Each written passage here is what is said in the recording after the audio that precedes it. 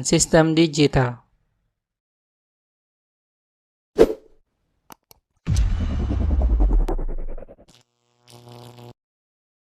Sebelum masuk ke pembahasan utama, kita perlu tahu dulu tentang apa itu sinyal.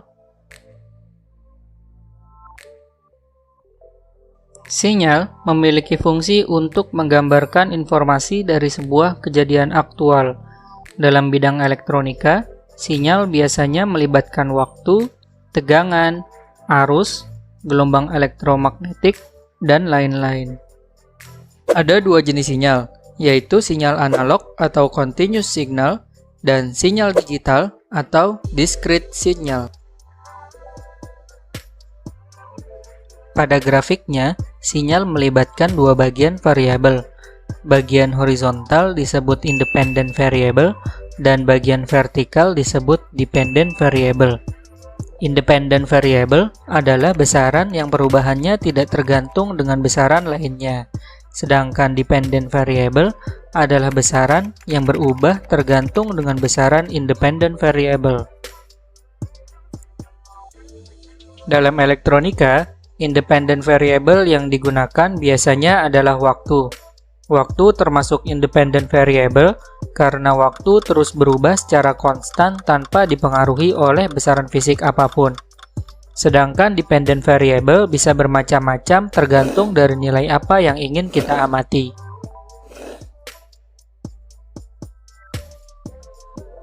Sinyal analog bersifat kontinu, artinya setiap perubahan independent variable memiliki nilai dependent variable yang bervariasi.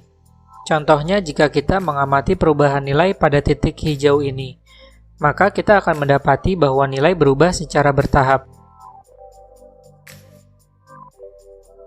Sedangkan dalam sinyal digital, besaran fisik digambarkan dengan nilai 0 atau 1, atau secara diskrit.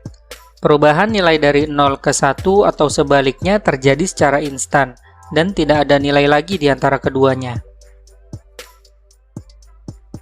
Setelah mengetahui perbedaan sinyal analog dan digital, sekarang kita ke sistem analog dan sistem digital.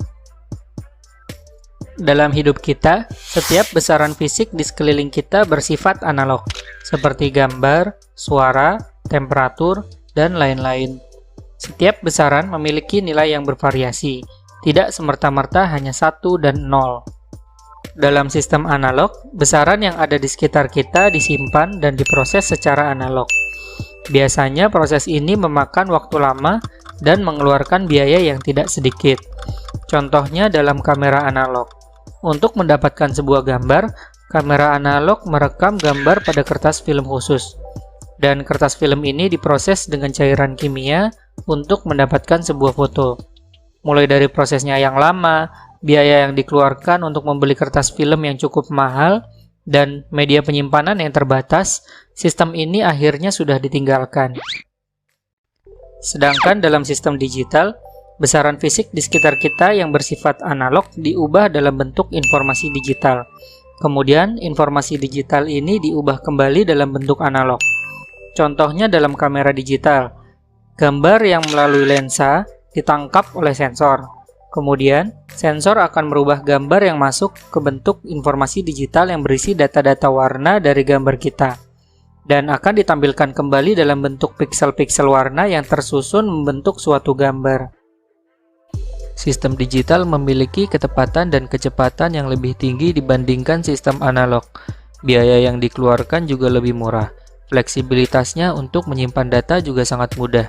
Kalau dalam kamera analog, kita menggunakan album untuk menyimpan film-film, dalam kamera digital, kita hanya perlu menggunakan drive, dan bisa menyimpan ratusan sampai ribuan gambar di dalamnya. Dalam segala hal, memang sistem digital lebih unggul daripada sistem analog. Tapi kita tidak bisa menghilangkan sistem analog begitu saja, sebab setiap besaran fisik yang ada di alam bersifat analog. Dan dalam perangkat-perangkat elektronika, kedua sistem ini sebenarnya saling bekerja sama. Dalam sistem digital, diperlukan konverter untuk merubah besaran fisika yang ada di alam ke dalam bentuk digital, atau ADC. Biasanya, ADC dilakukan oleh sensor. Sensor akan menangkap besaran fisika yang ada di sekitar. dan akan dirubahnya ke dalam bentuk data digital untuk dilakukan proses pengolahan data. Contohnya adalah sensor cahaya. Misal, kita anggap cahaya yang ditangkap memiliki rasio 0 sampai 5. 0 artinya gelap, dan 5 adalah sangat terang. Jika sensor yang kita gunakan adalah 8 bit, yang artinya memiliki 8 digit nilai digital dengan nilai maksimum 255, maka sensor akan menerjemahkan cahaya gelap adalah 0 dan akan menerjemahkan cahaya yang sangat terang menjadi 255. Data biner inilah yang akan diproses untuk pengolahan data selanjutnya oleh prosesor. Dengan adanya sistem digital, proses pengolahan data dan komputerisasi menjadi lebih cepat dan tepat. Hampir setiap alat elektronika saat ini menggunakan sistem digital. Jadi, jangan menyerah untuk tetap belajar ya. Semoga video ini bermanfaat. Jangan lupa like, subscribe, dan nyalakan tombol loncengnya agar kalian tetap update dengan video-video terbaru dari Playtech.